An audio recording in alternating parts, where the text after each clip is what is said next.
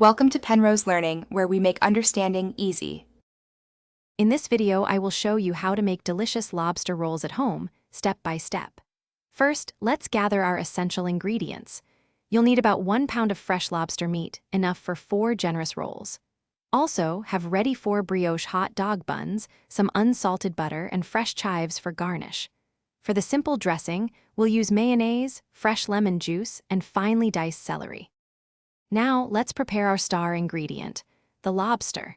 If you're starting with live lobsters, steam or boil them for 8 to 10 minutes until they turn a vibrant red. For pre-cooked meat, a quick and gentle poach in melted butter for about 2 minutes adds incredible flavor.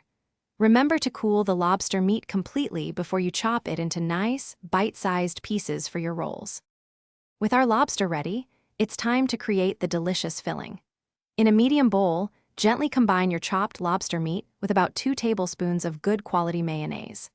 Next, add 1 tablespoon of fresh lemon juice and 2 tablespoons of finely diced celery for that essential crunch. Finish by seasoning the mixture with a pinch of salt and a 1/4 teaspoon of freshly ground black pepper to taste. The final steps bring everything together for a truly satisfying treat.